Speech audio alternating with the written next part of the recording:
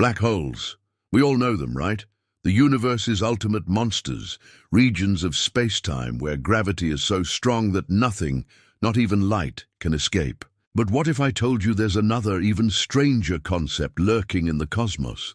A theoretical object that mimics a black hole almost perfectly, but is fundamentally different on the inside.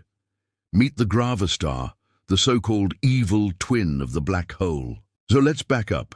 Einstein's theory of general relativity predicts that when a massive star dies, its core can collapse under its own gravity to form an infinitely dense point called a singularity. This singularity is hidden behind a boundary called the event horizon.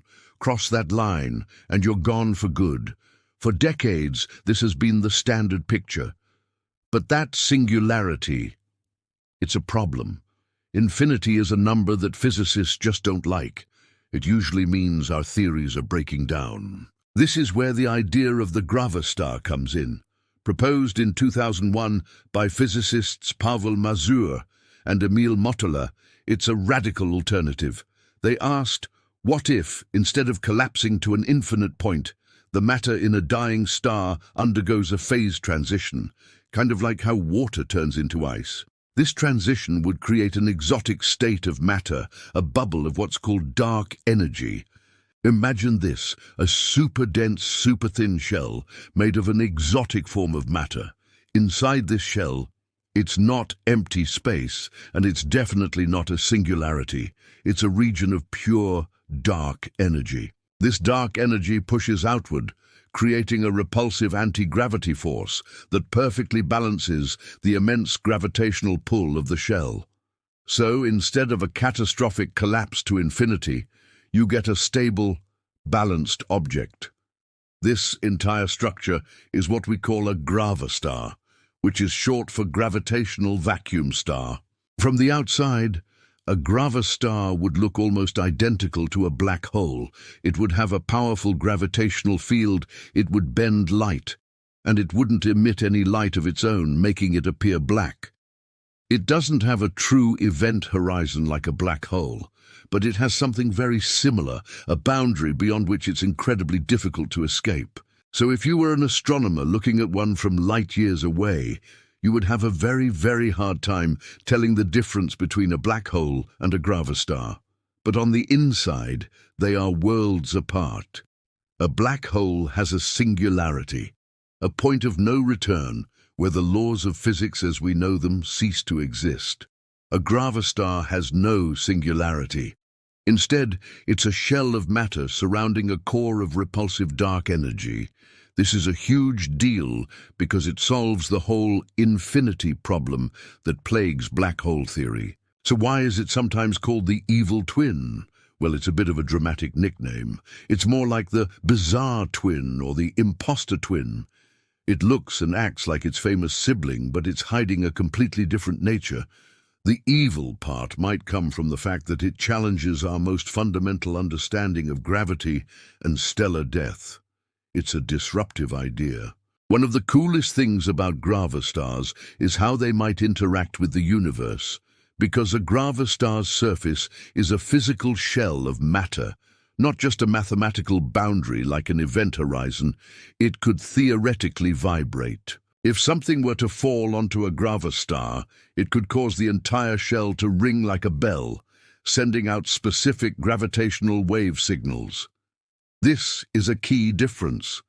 LIGO and other gravitational wave observatories are listening for the ringdown of newly merged black holes. A gravastar ringdown would sound different. If we ever detect one of these unique signals, it would be groundbreaking evidence that these objects actually exist. Another mind-bending idea is what happens if you fall into one. Falling into a black hole means getting stretched into spaghetti and crushed at the singularity. Game over. But what about a gravastar? It's not quite clear, but it wouldn't be a pleasant trip. You'd likely be obliterated upon hitting the super-dense shell. However, some physicists have played with the idea that the dark energy core could be a gateway. Could it be a bounce point, where matter falling in is repelled and shot back out? Or could it even be a portal to another part of the universe? This is pure speculation, but it's the kind of thinking that makes theoretical physics so exciting. This leads us to the biggest question. Are gravastars real? Right now, they exist only on paper, as a mathematical solution to a problem in physics. We have no direct observational evidence for them. The vast majority of evidence we do have, like the images from the Event Horizon Telescope and gravitational wave data, fits the black hole model extremely well. But science is all about questioning and testing our assumptions. The black hole model, as successful as it is, still has that pesky singularity at its heart. It's a crack in the foundation of our theories. Concepts like gravastars or other alternatives like fuzzballs from string theory are attempts to patch that crack. They force us to think outside the box and consider that the universe might be even weirder than we imagined. Even if gravastars turn out to be just a fascinating mathematical curiosity, they serve an important purpose. They push the boundaries of our knowledge and encourage us to look for subtle signs we might otherwise miss. Maybe the next big gravitational wave detection will have a strange little quiver in its signal, a tiny anomaly that doesn't fit the black hole model. And maybe, just maybe, that will be the first whisper from a gravastar, the universe's ultimate imposter, finally revealing its true nature. The search for answers continues, and that's what makes exploring the cosmos so incredible. Thanks for watching. If you enjoyed this journey into the weird side of cosmology, make sure to like, subscribe, and hit that notification bell so you don't miss our next video. See you next time.